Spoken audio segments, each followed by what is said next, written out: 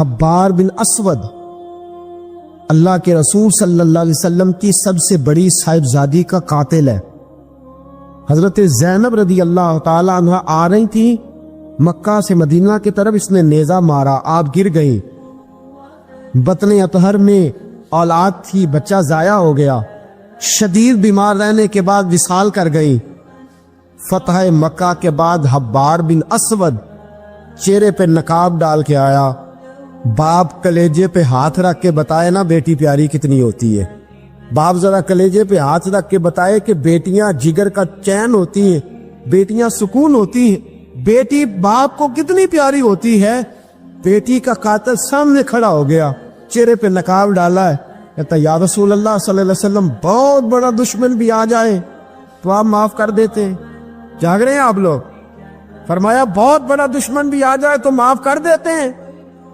حضور نے فرمایا حبار چہرے سے نقاب ہٹا، بیٹیاں بھولا نہیں کرتی، تو کلمہ پڑھ میں تجھے بھی معاف کرنے کو تیار۔ فرمایا ہٹا چہرے سے نقاب، کبھی بیٹیاں بھی کسی کو بھولی ہے لیکن تو کلمہ پڑھ صحیح، میں تجھے بھی معاف کرنے کو تیار ہوں۔ اگر اتنا بڑا قاتل معاف ہو سکتا ہے تو چچا کیوں نہیں معاف ہو سکتا؟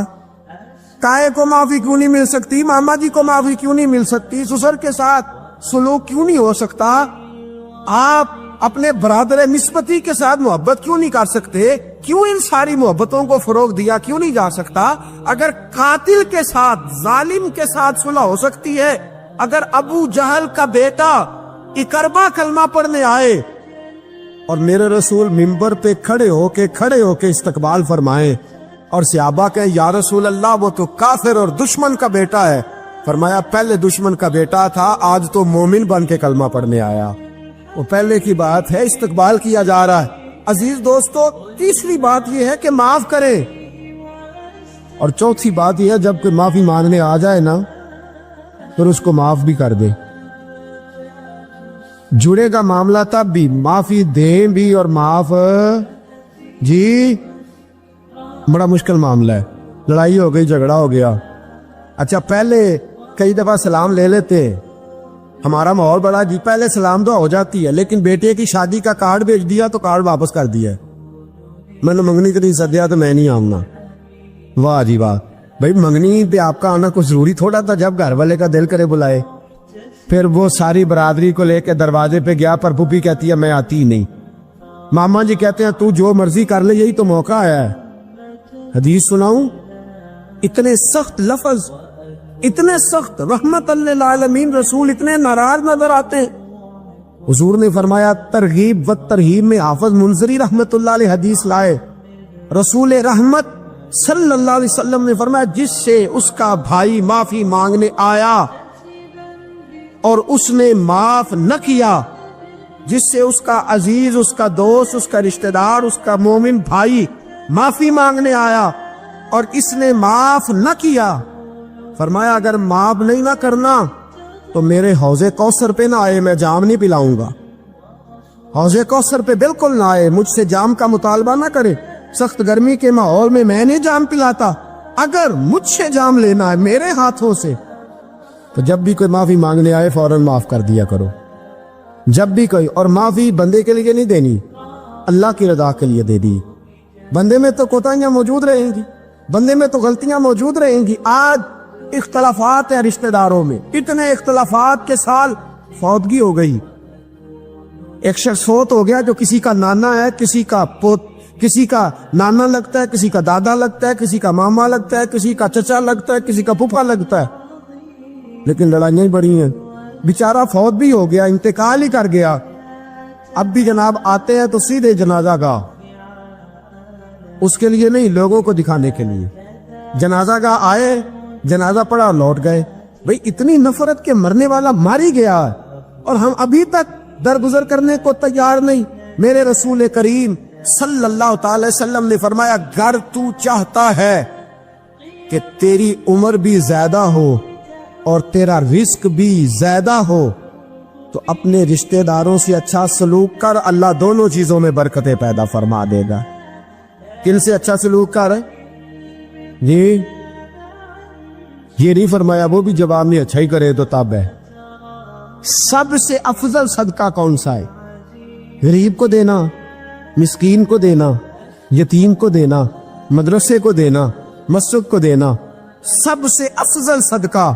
اچھا یہ حدیث آپ نے پتا کیا کرنا جو میں سنانے لگا ہوں، یہ گھر جانا ہے، اس کو لکھ لینا ہے اور اس کو نہ پڑھنا ہے کبھی کبھی کھول کے کہ یہ کیا جملے ہیں حضور سید عالم کے، محبوب پاک کے، یہ کیسے عجیب حضور نے فکرے اور کس انداز میں سمجھا دیا، کتنی خیر انڈیل دی اپنے غلاموں کے دلوں میں۔ حضور نے فرمایا غلاموں پتہ ہے سب سے افضل صدقہ کون سا ہے؟ ایک صحابی کہنے لگے حضور یتیم کو دینا، فرمایا نہیں۔ سب سے افضل صدقہ کون سا ہے یا رسول اللہ؟ مسکین کو دینا، فرمایا نہیں۔ سب سے افضل صدقہ حضور مسافر کو دینا، فرمایا نہیں۔ سب سے افضل صدقہ یا رسول اللہ مجاہدین اسلام کو دینا، فرمایا نہیں۔ حضور پھر بڑی قابل غور حدیث، جاگیے گا ذرا آنکھ کھولیے گا، ذرا ٹیک چھوڑیے گا، ذرا عجیب انداز دیکھیے گا میرے ماں بھئی حدیث میں فکرے کیسے بیان فرمائے۔ رسول پاک نے فرمایا تیرا رشتہ دار ہو، سب سے افضل صدقہ کیا ہے؟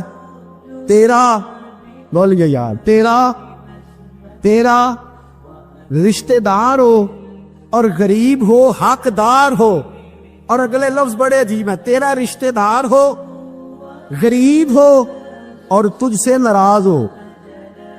کیسی بات ہے؟ فرمایا تیرا رشتہ دار ہو، غریب ہو اور تجھ سے ناراض ہو، فرمایا کسی بھی طریقے اس کے گھر صدقہ پہنچا دے، سب سے افضل صدقہ کرنے کا ثواب لکھا جائے گا۔ سب سے افضل صدقہ، تیرا رشتہ دار بھی ہو، ضرورت مند بھی ہو اور تجھ سے، سبحان اللہ، ہمارا تو حال یہ ہے کہ اس کو کسی طرف سے آتا بھی ہو تو ہم روک دیتے، کہتے ہیں نہیں ایڈا تگڑا کام کر رہے ہیں تسی یہ نکالی دیندے ہو، یہ چار منڈے نے کما کے کھان ہو، صاحب اس کو کیا بھائی؟ فرمایا تیرا رشتہ دار ہو، حقدار ہو، ضرورت مند ہو، شرط یہ بھی لگا دی کہ ساتھ کچھ سے ناراض بھی رہتا ہو، اس کو تو صدقہ دے گا تو اللہ تجھے سب سے افضل صدقہ کرنے کا ثواب عطا۔ تو توڑنے والوں نہ بنو، جوڑنے والے بنو، جوڑ جاؤ۔ محبوب پاک سید عالم صلی اللہ تعالی علیہ وسلم نے فرمایا لا يدخل الجنت قاطع، فرمایا جو رشتے توڑنے والا ہے جنت میں نہیں جائے گا، جو رشتے توڑنے والا ہے وہ جنت میں نہیں جائے گا۔ الذین ینقضون عہد اللہ من بعد میثاقہ ویقطعون ما امر اللہ بہ ان یوصل ویفسدون فی الارض، فرمایا جو رشتے توڑے گا وہ تو زمین میں فساد برپا کر دے گا، وہ زمین میں اولئک هم الخاسرون، یہ وہ لوگ ہیں دنیا میں بھی نقصان اٹھائیں گے اور آخرت میں بھی نقصان اٹھائیں گے رشتہ داریاں جوڑنے۔ اور یہ نہیں فرمایا کہ وہ تجھ سے اچھا سلوک کرے تب ہی ہے، سامنے والا بھی سیاںا ہی ہو تو تب ہے، تو نے اس کے لیے اس نے سلوک نہیں کرنا، تو نے تو اپنے اللہ رسول کو راضی کرنے کے لیے اس نے سلوک کرنا ہے، اس کے لیے تھوڑی کرنا۔ سل من قطع کا لفظ کیا ہے؟ اور میں آپ کو ذاتی بات بتاتا ہوں، ایک آدھ دفعہ یہ تجربہ کر کے دیکھا، اس میں خیر ہی بڑی ہے۔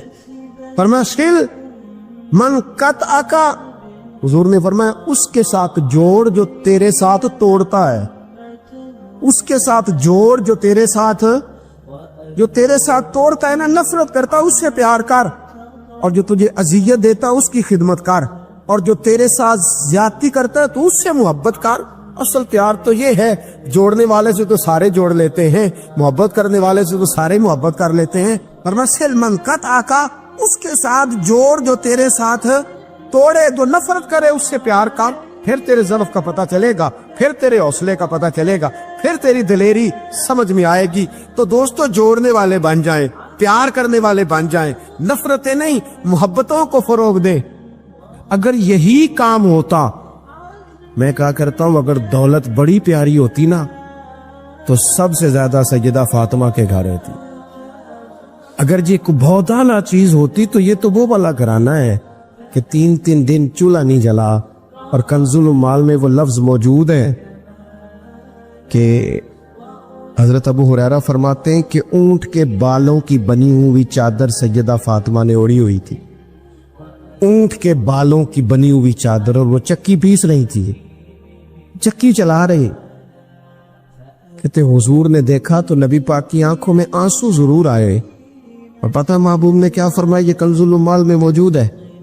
محبوب فرمانے لگے شہزادی دنیا میں تھوڑی سی تکلیف برداشت کرو، آخرت کی ساری عزتیں اللہ تمہیں ہی عطا فرما۔ سبحان اللہ۔ یہ تھوڑی دشواری ہے، یہاں ہر بندے کی بیٹی دکھی نہیں، جس کو بھی پوچھ لیں دکھی ہے، جس سے بھی پوچھ لیں حضرت جی دعا کرنا، پیر صاحب دعا کرنا، مفتی صاحب دعا کرنا، بزرگ کو دعا کرنا، کیوں جی بیٹی بڑی تکلیف میں، کیوں جی کہتے سسرال والے کام بڑا کراتے ہیں، چکی پیستی ہے، لیپا پوتی کرتی ہے، اس کے ہاتھوں میں چھالے پڑ جاتے ہیں۔ ایسا ہوتا ہے کہ ستو کبھی آ جائیں تو پھر سارا دن ان ستوؤں پہ ہی گزر جائے، کبھی ایسا ہوتا ہے کہ 3 دن روزے رکھے جائیں اور ایک کھجور اور ایک پانی ملے افطار سحر کے وقت، یوں بھی کبھی وقت گزارا ہے۔ اور میرے عزیزوں یاد رکھنا، ہم نے جو مزاج اختیار کر لیا ہے نا اس وقت، یہ جو پوری دنیا میں گاڑیاں بھاگ رہی ہیں، ملک سے باہر لوگ جا رہے ہیں، دولتیں جمع ہو رہی ہیں، یہ ضروریات کا رٹا نہیں، یہ ضروریات نہیں، یہ خواہشات ہے۔ ضروریات تو پوری ہو رہی تھی، لیکن وہ جو خواہشات کی تکمیل تھی، وہ جو پڑوسیوں کی بڑی کار ہمیں پریشان کر رہی تھی، وہ جو گھر کے سامنے ایک پلاٹ تھا اور دل کر رہا تھا حویلی نہ بنا لوں، وہ جو ٹینشنیں تھی انہوں نے بہت بھگایا، لوگوں تھکا دیا۔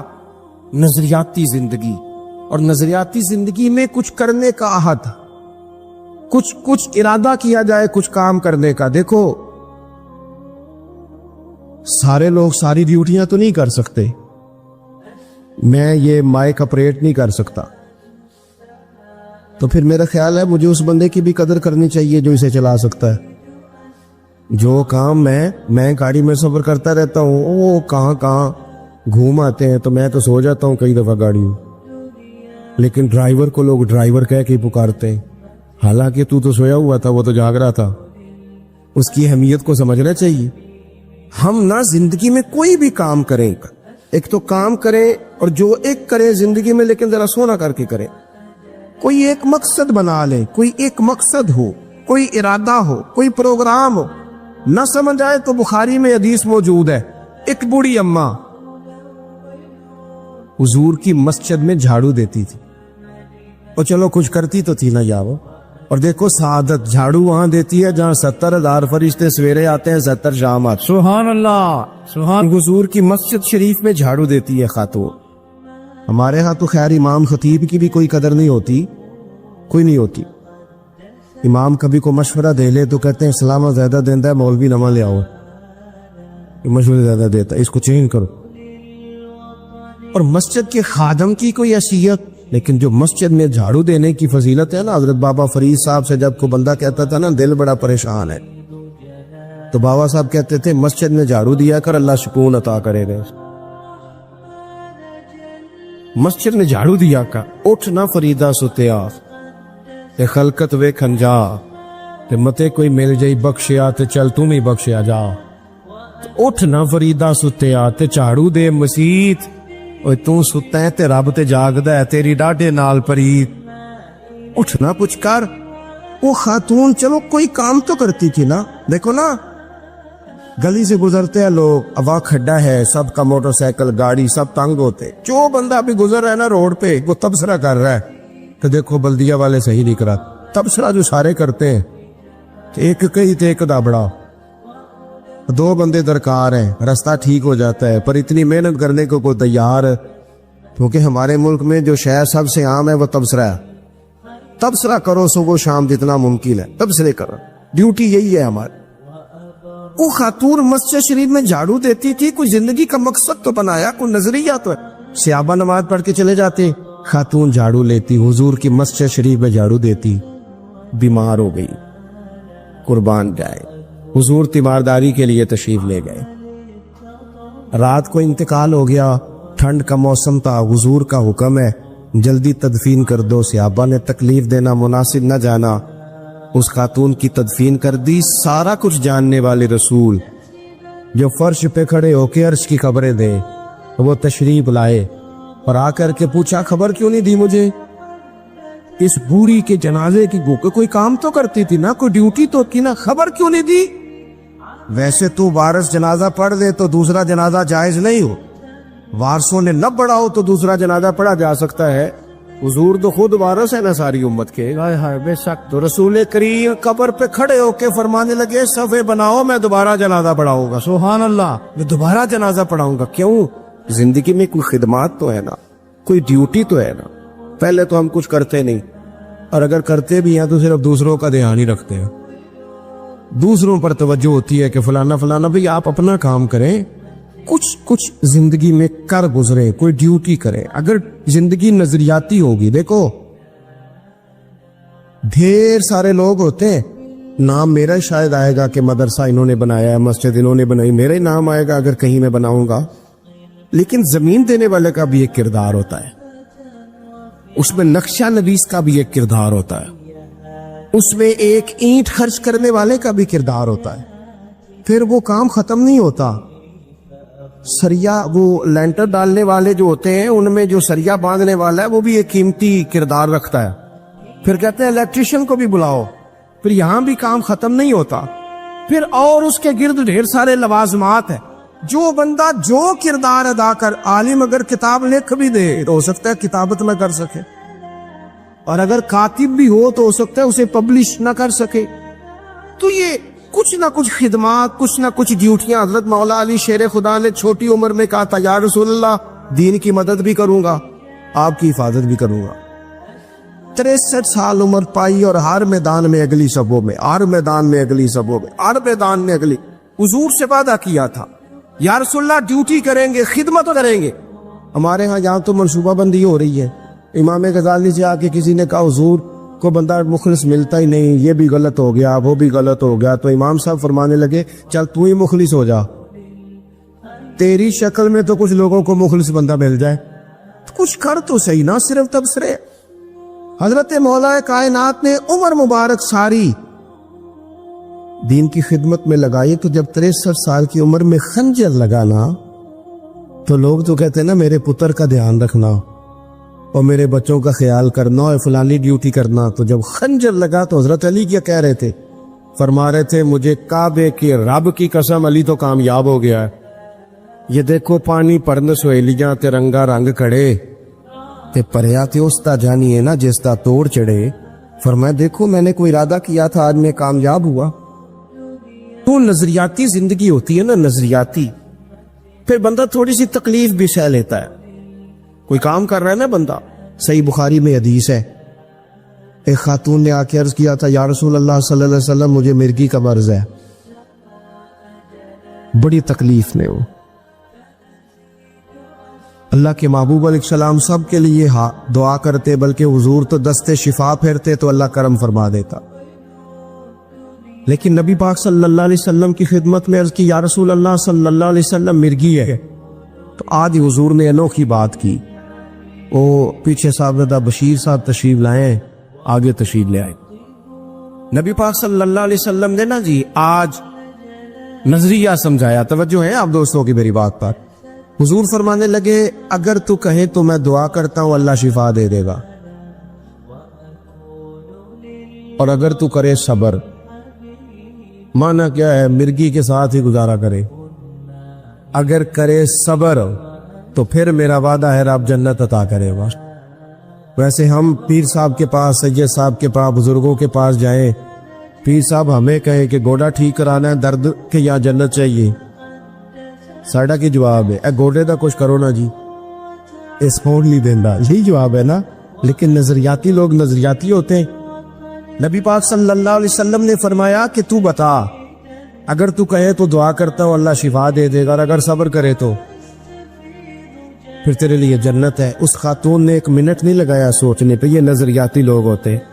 عرض کی یا رسول اللہ آپ دعا کر دے رب مجھے جنت ہی عطا کرے. سبحان اللہ. کیا مطلب کہ میں گزارا کر لوں گی مرگی کے ساتھ, صبر کروں, مجھے اللہ جنت دے. حضور نے دعا کر دی. خاتون عرض کرنے لگی حضور جب مرگی ہوتی ہے تو جسم سے کپڑا ہٹ جاتا ہے, حیا آتی ہے, خاتون ہو عورت ہو, تکلیف محسوس کرتی ہو. محبوب نے دعا کر دی. صحابہ کہتے ہیں جتنی بھی مرگی ہوتی تھی اس کے کپڑے نہیں جسم سے ہٹتے تھے, جتنی مرضی بھی ہو کپڑا قائم رہتا تھا. دیر تک وہ بوڑھی اماں زندہ رہیں. خواتین ایک دوسرے سے کہا کرتی تھی کسی نے جنتی دیکھنی ہے تو اس بی بی کو دیکھو، اسے دنیا میں حضور نے جنت کی بشارت۔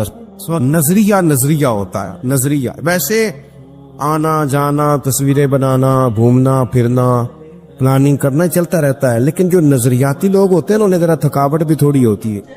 نظریے کے لیے کام کر رہے ہیں نا، وہ بھاگتے ہیں، ان کا بھاگنا انہیں تھکاتا نہیں۔ جب آپ نظریاتی ہیں تو صبح قیامت پہ نظریاتی اور غیر نظریاتی لوگوں کا نتیجہ کیا ہے؟ یوم نحشر المتقین الی الرحمن وفدا۔ اللہ فرماتے یہ جو متقی ہوں گے نا، انہیں رب کی بارگاہ میں پیش کیا جائے گا قیامت میں، پر مہمان بنا کے پیش کیا جائے، ان کا میزبان رب ہوگا، چونکہ انہوں نے زندگی تقوی میں گزاری، محتاط وقت گزارا۔ وَنُسُوقُ الْمُجْرِمِينَ إِلَىٰ جَهَنَّمَ وِرْدًا، اور یہ جو مجرم ہیں جنہوں نے جرم کیے، من پسند زندگی گزاری، فرمایا انہیں پیاس سے ہانک کے دوزخ میں پھینک دیا جائے، پیاس سے ہانکے جائیں گے جہنم کی طرف۔ اپنی زندگی میں کچھ ارادہ کریں، دیکھیں دھوپ چھاؤں آئے گی۔ وہ ہمارے یہاں کچھ لوگ کہتے ہیں دوکھی بڑے ہیں جی، ہنسے کیسے؟ تو میں کہا کرتا ہوں کہ اتنی تکلیفیں کسی کو نہیں آئیں جتنی حضور کو آئی ہیں۔ پر آپ فرمان پڑھیں، حضرت حارث بن عبداللہ کہتے ہیں میں نے تو مدینے والے محبوب کو جب بھی دیکھا ہے مسکراتے دیکھا ہے۔ سارے کام 7 سال چلتے ہیں، لیکن اپنی زندگی میں کوئی مقصد ہونا۔ یہ جن بزرگوں کے ہم آراس میں آتے ہیں نا، انہوں نے کوئی مقصد حیات بنایا۔ یہ مت سمجھنا کہ ساری زندگی پھولوں پہ گزری، یہ اس وغیرہ یہ سارے کام بعد میں ہوتے ہیں، ورنہ ڈھیر سارے صوفیہ ایسے ہیں جنہوں نے روڑے کھا کے وقت گزارا، بڑے ٹھیک ٹھاک روڑے کھائے، بڑی تکلیفیں برداشت کی، اور ان کی اگر آپ تاریخ پڑھیں گے تو بڑا کچھ ان کے ساتھ کیا گیا، بڑے معاملات ہوئے۔ ایسا نہیں یہ شہادت گاہ الفت میں قدم رکھنا لوگ آسان سمجھتے ہیں مسلمان ہونا، یہ بڑا مشکل کام ہے، اس سے ہو کے گزرنا پڑتا ہے، لیکن ڈیوٹی کریں، کوئی کام کریں، کچھ اپنے ذمے لے۔ کہ جو ہم وقت گزار رہے ہیں نا جی، آپ یہاں کو بیٹھے کہتے ٹائم پاس کر رہا ہوں، تو میں کہتا ہوں اتنا ٹائم کہاں سے آیا جو آپ کو پاس کرنا پڑا؟ بہت سارے لوگ کہتے ہیں جی میں بور ہو رہا ہوں، تو میں کہتا ہوں یار بور ہونے کا ٹائم بھی تو ہونا چاہیے نا بندے کے پاس۔ آپ کے پاس ٹائم زیادہ ہے اس لیے بور ہو رہے ہیں، ہمیں تو ٹائم ہی نہیں ملتا بور ہونے کا۔ تو جب کوئی کام کرنا ہے آپ نے، جب آگے بڑھنا ہے، کچھ مقاصد حسنہ حاصل کرنے، کچھ امور خیر سر انجام دینے، پھر زندگی میں ان کو طے کریں اور ان پر کام شروع کر دیں۔ رکھا حضرت فاطمہ کی بھی 6 اولادیں با اختلاف روایات بیان کی گئی ہیں، 3 بیٹے تھے اور 3 بیٹیاں تھیں۔ 3 بیٹے تھے، امام حسن، امام حسین اور امام محسن۔ امام محسن کا جلدی انتقال ہو گیا چھوٹی عمر میں، اس لیے زیادہ تذکرہ نہیں۔ باقی 2 شہزادیاں بھی ذرا جلدی رخصت ہو گئی، جناب زینب موجود رہیں، کربلا تک گئی، اس لیے ان کا تذکرہ زیادہ کتابوں میں ملتا ہے۔ حضرت فاطمہ سب سے چھوٹی تھی، نبی پاک کے ساتھ وقت گزارا، قرآن مجید نے اس گھر کی محبت ہم پر فرض قرار دے دی۔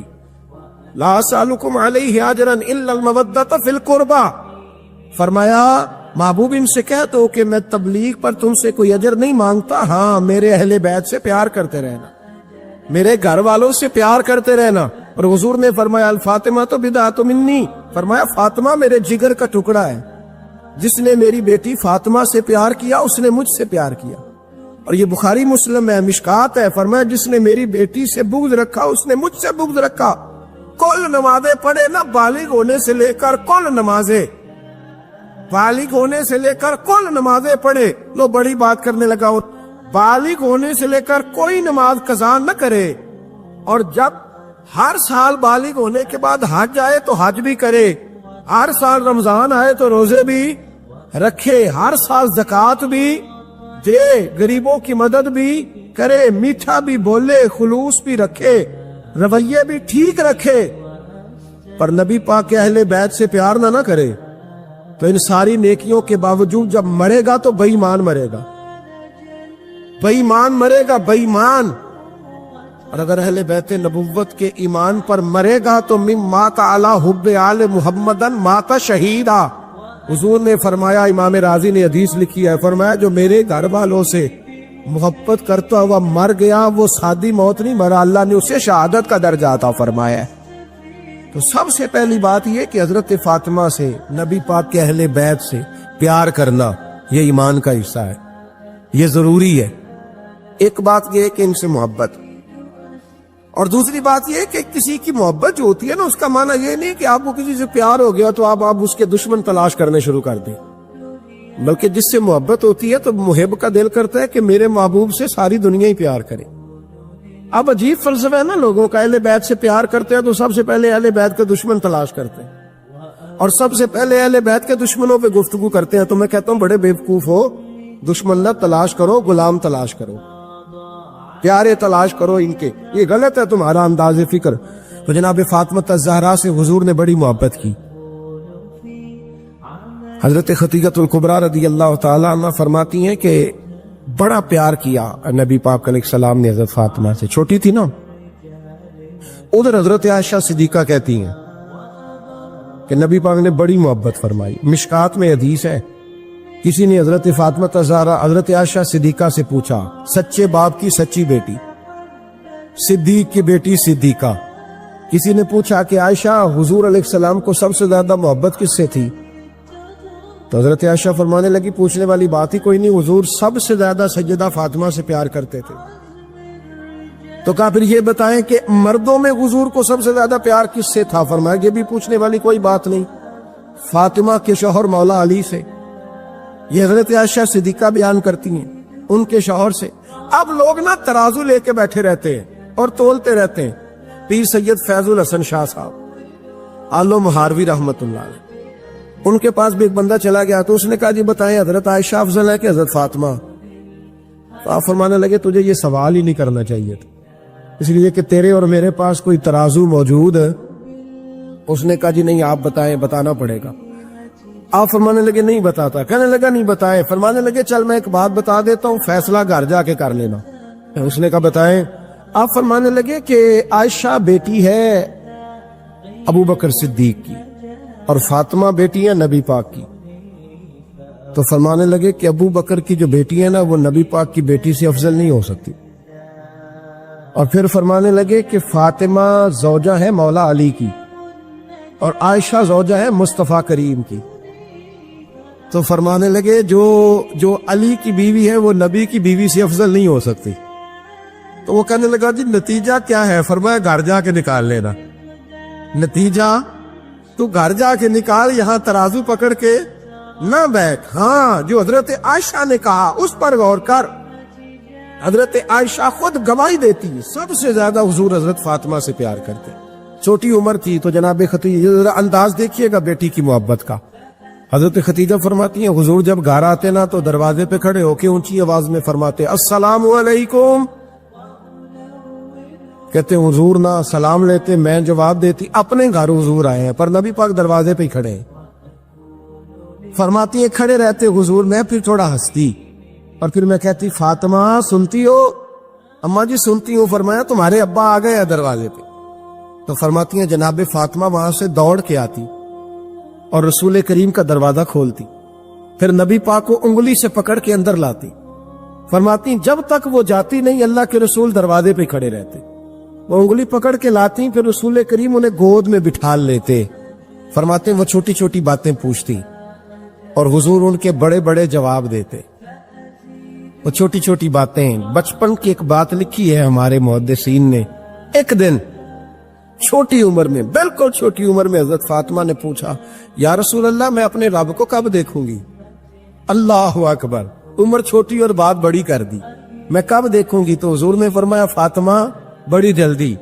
رب کریم تمہیں جنت میں لے جائے گا اور ساری جنتی عورتوں کی سردار بنائے گا اور پھر میرا رب تجھے اپنا دیدار بھی کرائے گا. جناب فاطمہ تو زہرا رضی اللہ تعالیٰ عنہ چھوٹی چھوٹی باتیں کرتی. حضرت خدیجہ کہتی ہیں جب چلی جاتے نا حضور تو میں پھر بلاتی، میں کہتی ادھر آنا فاطمہ، کیا باتیں کر رہی تھی اپنے ابا سے؟ تو کہتی پھر وہ مجھے بتاتی بھی اور راضی بھی ہوتی. یہ سلسلہ آخر تک چلا. یہ حضرت فاطمہ سے راز کی باتیں کرنا حضور کا آخر تک چلا. بخاری مسلم میں حدیث، وہاں راوی حضرت خدیجہ ہے، یہاں راوی حضرت عائشہ صدیقہ ہے. جناب عائشہ صدیقہ کہتی ہیں حضور کے وصال ظاہری سے کچھ دن پہلے خود نبی کریم علیہ السلام نے حضرت فاطمہ الزہرا کو بلایا اور جب وہ آئیں تو کہتی ہیں ان کو میں نے آتے دیکھا تو میں نے پھر حضور کو ان کے استقبال کے لیے کھڑے ہوتے بھی دیکھا. پھر حضور نے ان کا ماتھا چوما، جہاں بیٹھے تھے وہاں بٹھایا پہلو میں بیٹھ گئے اور فرماتے ہیں پھر باپ بیٹی باتیں کرنے لگے. میں کوئی چیز بنا رہی تھی تو جناب عائشہ کہتی ہے میں نے دیکھا کہ حضور نے ان کے کان میں کوئی بات کہی تو جناب فاطمہ رونے لگ گئی. پھر حضور نے کان میں کچھ کہا تو وہ مسکرانے لگی. کہتی ہے حضور وہ بات کر کے تشریف لے گئے, فاطمہ بھی بیٹھی تھی, میں آئی, میں نے آ کے کہا کہ فاطمہ بتاؤ نبی کریم علیہ الصلوۃ والسلام نے آپ سے کیا کہا؟ کبھی ہنستی تھی کبھی روتی تھی. تو فرمایا حضور نے منع کیا ہے, یہ میرا اور میرے نبی کا راز ہے, میں حضور کی حیات ظاہرہ میں یہ بات کسی کو بتا نہیں سکتی. فرماتی ہے کہ فاطمہ سے تو میں نے پوچھ لیا پر حضور سے پوچھنے کی تو ضرورت ہی نہیں دی نا, لیکن وہ راز کی بات تھی. کچھ دن گزرے تو حضور بیمار ہو گئے, پھر کچھ دن گزرے تو حضور کا وصال ہو گیا. فرماتے کچھ عرصے کے بعد میں سیدہ فاطمہ الزہرا سے ملی تو میں نے کہا فاطمہ وہ بید کھول تو دے, آج تو کھول دے وہ راز کیا تھا. آپ کو بلایا گیا, پھر آپ آئیں, پھر حضور نے بات کی, پھر نبی کریم علیہ السلام کے بات کرنے پر کبھی آپ روئی کبھی آپ ہنسی, تو یہ کیا تھا؟ تو کہتی ہے جناب فاطمہ پھر رونے لگی, کہنے لگی ہاں اماں جی اب میں پردہ کھول دیتی ہوں, اب میں راز بتا دیتی ہوں. حضور کا وصال ظاہری ہو گیا. فرمانے لگی مجھے حضور نے بلایا اور میرے کان میں فرمانے لگے فاطمہ وقت تھوڑا رہ گیا ہے, اب تیرے والد نے جانے کا پروگرام بنا لیا, اب نہ ٹائم آ گیا ہے بچھڑنے کا. فرماتی ہیں جب میں نے یہ بات سنی تو میں رو پڑی, حضور آپ بچھڑ جائیں گے؟ کہتی ہے میں روئی. ذرا حدیث کے جملوں پہ غور کرنا. ماتی تھوڑی دیر گزری تو حضور نے میرے کان میں کہا فاطمہ پتر رو نا, بیٹے رو نا, میرے جانے کے بعد جو سب سے پہلے میرے پیچھے آ کے مجھے ملے گی نا بیٹی وہ تو ہی ہوگی. اللہ کرے میں سمجھا سکوں آپ کو بات.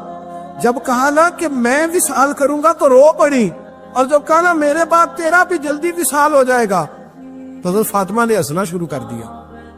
کیا پیار ہے میرے محبوب علیہ الصلوۃ والسلام کے ساتھ جناب فاطمہ کا. ان کے وصال کی خبر سنی تو رو پڑی اور اپنے کی سنی تو ہنس پڑی.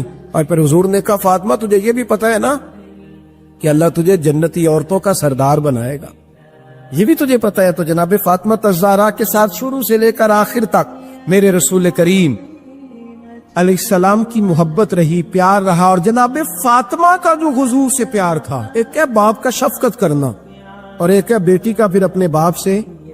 بولیے یہ بیٹیاں جو ہوتی ہیں نا ان کا بھی رویہ کو انوکھا ہوتا ہے ساری دنیا سے, انوکھا. میں کبھی کبھی کچھ ایسی باتیں کرنے کو دل کر جاتا ہے کہ جو کر گزرتے ہیں.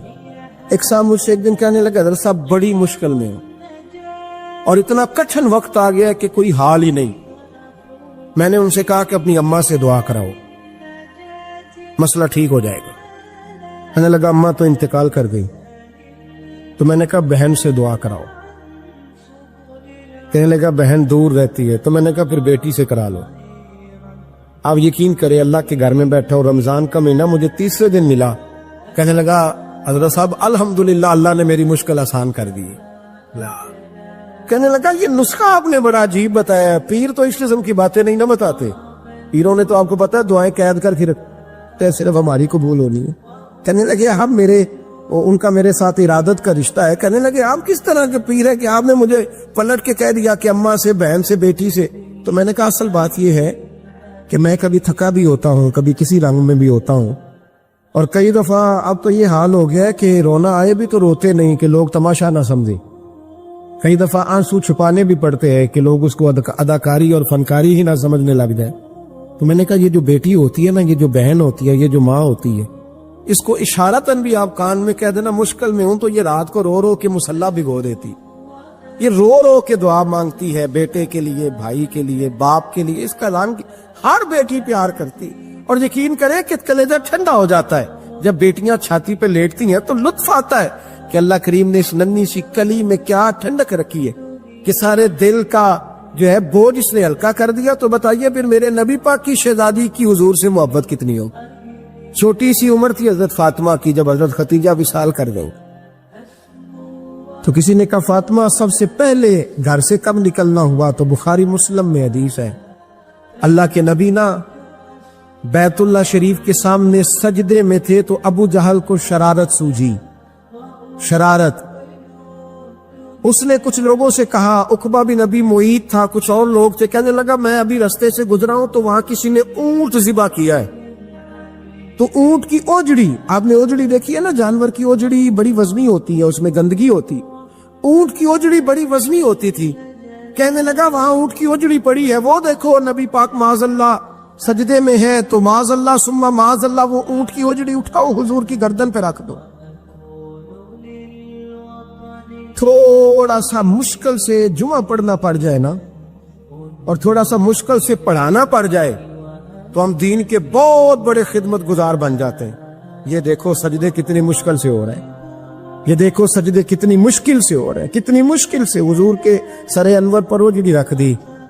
یہ وہ وقت ہے کہ نہ تو چچا ابو طالب ہیں جو پہنچ جاتے، نہ جناب ختیجہ ہے جو بندوبست کرتی، تو کسی نے نہ جناب ختیجہ کے دروازے کے سامنے منہ کر کے کہا کہ محبوب کے گھر والوں حضور کے سر اقدس پر اوجڑی رکھ دی ہے کسی نے، اور حضور سر اقدس اٹھاتے ہیں تو تکلیف محسوس کرتے ہیں۔ جناب فاطمہ کہتی ہیں پہلا دیہڑا تھا جب میں چہرے پہ کپڑا ڈال کے نہ تو اپنے بابا کے لیے نکلی، فرماتی پہلا دن تھا، میں حرم کعبہ میں پہنچی، حضور کو سجدے میں دیکھا تو چھوٹے چھوٹے ہاتھوں سے میں نے اوجڑی نیچے گرائی، حضور بولے کچھ نہیں، نہ میں نے کوئی بات کی، میں نے حضور کی انگلی کو تھاما اور میں کنویں پہ لے آئی، حضور بھی نہیں بولے، جناب سیدہ فرماتی میں میری بولی، حضور بیٹھ گئے اور میں کنویں سے پانی نکالنے لگی، میں حضور کی زلفیں دھوتی جاتی اور حضور روتے جاتے، زلفیں دھوتی جاتی اور حضور روتے جاتے۔ پھر حضرت فاطمہ نے جب حضور کی زلفیں دھو لی تو ہاتھ اٹھائے، کہا اے اللہ یہ جنہوں نے میرے بابا کو تکلیف دی ہے نا ان کو برباد کر دے۔ میں رات روایت پڑھ رہا تھا مشکات سے تو میں حیران ہو رہا تھا کہ یہ عجیب منظر ہے، یہ عجیب منظر ہے کہ جب طائف والے پتھر مارے اور نبی کریم علیہ السلام سے حضرت زید بن حارثہ کہ حضور دعا کریں یہ تباہ ہو جائے، تو نبی پاک کہ نہیں زید میں نے نہیں ان کے لیے تباہی کی دعا کرنی، یہ نہیں ٹھیک ہوتے تو ہو سکتا ہے ان کی نسلیں ٹھیک ہو جائیں۔ اور جب احد میں وہ لوگ پتھر مار کے دانت شہید کر دیں، حضرت ابوبکر صدیق جیسی ٹھنڈی طبیعت کا آدمی عرض کرے حضور دعا کریں یہ تباہ ہو جائے، تو حضور نے فرمایا اللہم اہد قومی فإنہم لا یعلمون، یا اللہ میری قوم کو ہدایت دے، یہ جانتے نہیں یہ کیا کر رہے ہیں۔ حضور نے کبھی بھی کسی کے لیے دعائے ضرر نہ فرمائی، لیکن آج یہ عجیب منظر ہے، شاید یہ واحد وہ وقت ہے کہ جناب فاطمہ الزہرا نے جب کہا نا کہ اے اللہ انہیں برباد کر دے انہوں نے آج میرے والد کو تکلیف دی ہے، حضرت فاطمہ کی دعا سن کے تو حضور نے بھی ہاتھ اٹھائے، کہا اے اللہ جیسے میری بیٹی کہتی ہے نا ویسے ہی کر دے، اللہ کر دے انہیں برباد، فاطمہ جیسے کہتی ہے ویسے، اللہ کرے آپ کو سمجھ آئے میری بات کی کہ وہاں جہاں شدید تکلیف دی گئی وہاں حضور نے کسی کے لیے ایسی دعا، اور یہاں فرمایا اللہ جیسے فاطمہ کہتی ہے ویسے، اللہ اکبر۔ حضرت عبداللہ ابن مسعود کہتے ہیں کہ وہ دعا بھی میں نے سنی، اور پھر میں نے ان سب لوگوں کو جن کے لیے جناب سیدہ نے دعا کی تھی ان سب کو پھر میں نے بدر میں کٹتے ہوئے بھی دیکھا، میں نے ان کی لاشوں پر گھوڑے چلتے ہوئے بھی دیکھے، پھر میں نے دیکھا کہ صحابہ انہیں گھسیٹ کر کنووں میں ڈال رہے تھے، میں غور سے دیکھ رہا تھا اور ان کے چہرے پہچان رہا تھا، تو مجھ سے کسی نے کہا عبداللہ تم کیا غور کر رہے ہو؟ تو میں نے کہا میں غور کر رہا ہوں یہ وہی ہے سارے جن کے لیے سیدہ فاطمہ نے دعا کی تھی کہ یہ برباد ہو جائے، یہ وہی ہے میرے رسول کریم علیہ السلام کی ہر تکلیف کو جناب فاطمہ نے اپنی تکلیف سمجھا، ہر تکلیف کو۔ جب انسان کے دائیں بائیں کچھ لوگ ہوتے ہیں نا اس کے دکھ بھی سمجھنے والے، سکھ سمجھنے والے لوگوں کی تعداد لمبی چوڑی ہوتی ہے۔ ہمارے زمانے میں ہمارے ہر آدمی کے ساتھ ذاتی مطالبات ہیں، ذاتی، تو جب تک وہ میرا مطالبہ پورا کرتا رہتا ہے میرا اس سے پیار رہتا ہے، اور جب وہ میری خواہشات پوری کرنی چھوڑ دیتا ہے پھر میرا اس سے کوئی رشتہ نہیں رہتا۔ میرے عزیز حضرت فاطمہ الزہرا کا کمال یہ ہے کہ انہوں نے میرے محبوب کا دکھوں میں ساتھ دیا، حضور کی تکلیف پر وہ تکلیف میں آتی، پریشان ہوتی۔ یہاں سے بات چلی 4-5 سال عمر مبارک تھی، حضرت فاطمہ کی کل عمر 29 سال ہوئی ہے، 15 سال یا کچھ زیادہ آپ کی عمر تھی جب حضور نے بیاہ کر دیا تھا۔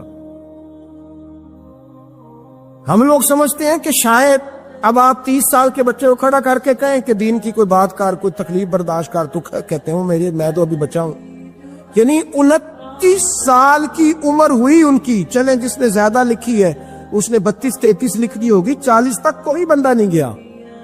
لیکن میں جس روایت پر زیادہ اعتماد کرتا ہوں, ان راویوں نے 29 سال عمر حضرت فاطمہ کی اور ڈھیر سارے محدثین نے لکھی. یارو حیرانگی کی بات ہے نا, اس 29 سال کی عمر میں انہوں نے حضور کا بھی کھول کے ساتھ دیا, مولا علی کا گھر بھی پورا آباد کیا, اپنے شہزادوں کی تربیت کر کے میدان کربلا بھی سارا سجا دیا, دنیا کا انقلاب برپا کر دیا 29 سال کی عمر میں. کام کرنا ہو تو سال تھوڑے بھی بڑے ہوتے, اور نہ کرنا ہو تو پھر تو 80 سال کے بچے بھی میں نے دیکھے ہیں. بزرگ مجھ سے ناراض نہ ہو جائے, اللہ مجھے بے ادبی سے بچائے, میں صحیح کہہ رہا ہوں. میں نے 80 سال کے بچے بھی, آپ نے بڑے تب ہونا ہے جب آپ نے نفسیاتی طور پہ بڑے ہونا ہے, لیکن آپ کی عمر ہو گئی ہو 70 سال, لیکن تصویروں کی خواہش ابھی بھی نہ جاتی ہو. ابھی بھی پروگرام بنتا ہو کہ کوئی بندہ مل جائے تو بریانی کھانے جائے لاہور, ابھی بھی آپ اس سے نکلے نہ ہو اس کیفیت سے, ذوق شوق ابھی وہی ہو. اس کا مطلب یہ ہے کہ قد بڑا ہوا, عمر بڑی ہوئی, لیکن ذہنی اور نفسیاتی طور پر وہ پختگی نہیں آئی جس کی ضرورت تھی. ہمیں ذہنی طور پر پختہ ہونا چاہیے. میری بات پر توجہ کریں گے آپ حضرات اور غور کریں گے. نبی کریم علیہ السلام کی تکلیفوں میں انہوں نے ساتھ دیا. ایک تو یہ اوجری اتاری تو پھر یہ وقت بیتتا گیا. ایک حدیث کے راوی مولا علی شیر خدا ہے, امام زاہبی نے لکھی ہے. نبی پاک نے نا دین کے لیے بڑی مشقت کی, جد و جہد کی. حضرت فاطمہ چھوٹی عمر سے دیکھتی آ رہی تھی حضور کو کام کرتے. حضور کی عادت مبارکہ تھی جب سفر پہ تشریف لے جاتے تھے تو سب سے آخر میں سیدہ فاطمہ کے گھر جاتے, واپس آتے تو سب سے پہلے سیدہ فاطمہ کے گھر جاتے. مولا علی کہتے ایک دن میں نے عجیب نظارہ دیکھا. نبی کریم علیہ السلام سفر سے واپس آنے والے تھے. میں نے حضرت فاطمہ کو اطلاع دی کہ حضور آج پہنچ جائیں گے, تو انہوں نے گھر سارا صاف کیا, سجایا, سنوارا, کھانا پکایا.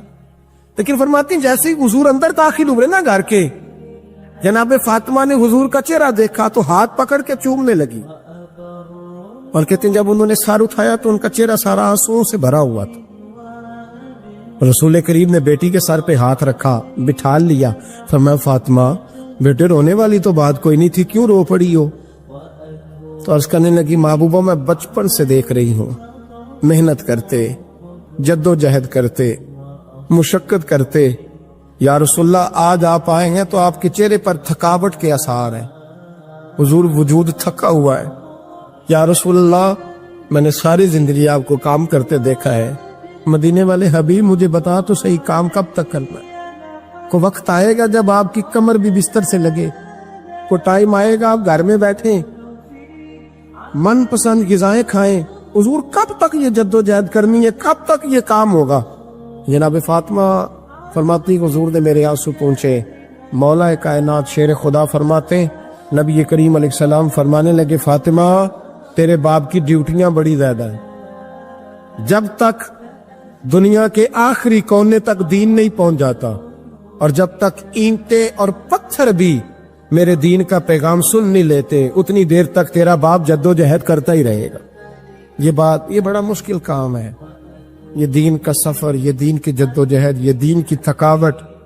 آپ اپنی مرضی نہیں کر پاتے, لوگ اپنی مرضی کے ساتھ جی نہیں پاتے جو اس رستے کے مسافر ہوتے ہیں. وہ دین کی پراپرٹی ہوتے ہیں, انہیں دین کے مطابق چلنا پڑتا ہے. تو جناب فاطمہ نے وہ سارے رنگ دیکھے رسول کریم علیہ السلام کی حیات مبارکہ کے. پھر یہ ساری کیفیت جب دیکھی نا کہ حضور اتنی محنت کرتے ہیں, تو پھر جناب فاطمہ کو میرے نبی کی امت سے پیار بڑا ہو گیا صلی اللہ ہو. سمجھیے گا اس بات کو, امت مسلمہ سے حضرت فاطمہ کو بڑا. امام حسن کہتے ہیں میری اماں سارے کام کرتی تھی گھر کے. اب تو شہزادے ہیں نا ہمارے بچے, کام اور بچی, یعنی بچی میکے سے واپس آتی ہے تو سب سے بڑا دکھڑا یہ سناتی ہے کہ وہ کام بڑا کراتے ہیں. یہی ہے نا دکھڑا؟ ہاں نہ تو کریں. سب سے بڑا دکھڑا کیا ہے؟ پتہ نہیں کیا کراتے ہوں گے, ہال نہیں چلوا لیتے کہیں, یا کچھ چکی نہیں پسوا لیتے, پتہ نہیں کون سا ایسا کام ہے. اور میں آپ ناراض نہ ہو جانا, میں بھی بیٹی کا باپ ہوں, میں بھی بہنوں کا بھائی ہوں, میں بھی اس بات کو سمجھتا ہوں. لیکن ایک بات ذہن میں رکھنا کہ یہ بات نہیں ہے کوئی کرنے والی کہ سارے بچی کے ماں باپ جمع ہو کے پہنچ جاتے ہیں ہماری بچی جی کام بڑے کرتی ہے. مثلاً کیا کرتی ہے؟ کیا کرتی ہے وہ؟ آؤ میں بتاؤں میرے مصطفیٰ کی بیٹی کیا کرتی تھی. میں نے سینکڑوں دفعہ یہ بات کی اور میرا دل کرتا ہے روزانہ کروں، پھر کرتا ہوں. دنیا میں کوئی اتنا غریب ہے جس کی بیٹی اتنا کام کرے کہ ہاتھوں پہ چھالے پڑ جائیں؟ ہے کوئی اتنا غریب تو اٹھ کے بتائے کہ میری بیٹی سسرال میں اتنا کام کرتی ہے کہ چھالے پڑ جاتے؟ میں دکھاتا ہوں. میرے رسول کی شہزادی کو چھالے پڑ جاتے. کچا مکان، جناب فاطمہ جناب فضا آپ کی لونڈی تھی، ان سے مٹی منگاتی اور گھر میں لیپا پوتی کرتی، پھر جھاڑو دیتی. امام حسن اور حسین کے درمیان پورے سال کا فرق نہیں، 11 مہینے کا فرق. دونوں بچوں کو سنبھالتی. جناب علی کی والدہ حضرت فاطمہ بنت اسد بوڑھی تھی. جناب فاطمہ وہ کھول کے نوکری کرتی کہ حضرت فاطمہ بول پڑتی، حضرت فاطمہ بنت اسد بول پڑتی. کہتی بیٹے فاطمہ میرا اتنا نہ خیال رکھا کر، تیرے اپنے بھی بچے ہیں. جناب فاطمہ فرماتی آپ صرف علی کی ماں تو نہیں نا، آپ میری بھی تو ماں ہے نا. یہاں بیبیاں فلسفہ بیان کرتی ہیں، وہ کہتی ہیں جی کس حدیث میں آیا ہے ساس سسر کی خدمت فرض ہے؟ میں نے کہا کسی میں بھی نہیں آیا. ہم کیا کہہ رہے ہیں؟ کسی میں بھی نہیں آیا. لیکن یہ تو آیا ہے نا کہ شوہر راضی ہو تو اللہ راضی رہتا ہے. تو اگر شوہر ماں باپ کی خدمت سے راضی ہوتا ہے تو کرو خدمت، اس کو تو راضی کرنا ہے نا، اس پر تو توجہ دو. حضرت فاطمہ پھر چکی پیستی. چکی چکی یہ آسان جملہ نہیں، کہہ جاتے ہیں ہم، سن لیتے ہیں آپ. چکی پیس کر، جو پیس کر اس کا آٹا بنانا، پھر بچوں کے لیے کھانا پکانا. پھر ایک دن کہنے لگے علی آپ کی آمدن تھوڑی ہے، خرچے زیادہ، چرخا نہیں لا دیتے؟ فاطمہ کیا کرو گی؟ فرمایا تھوڑا سا سود بنا لیا کروں گی، تم بیچ آیا کرنا. چلو میں تھوڑا ہاتھ بٹاؤں گی. یہ ساری ڈیوٹیاں کر کے حضرت حسن بنواتے ہیں. پھر عزت والے رسول کی عزت والی بیٹی، پھر شانوں والے نبی کی شانوں والی بیٹی، پھر پاک محبوب کی پاک شہزادی. ساری ڈیوٹیاں کر کے رات کو مولا علی سے کہتی اگر آپ اجازت دیں تو اللہ کو راضی نہ کر لوں.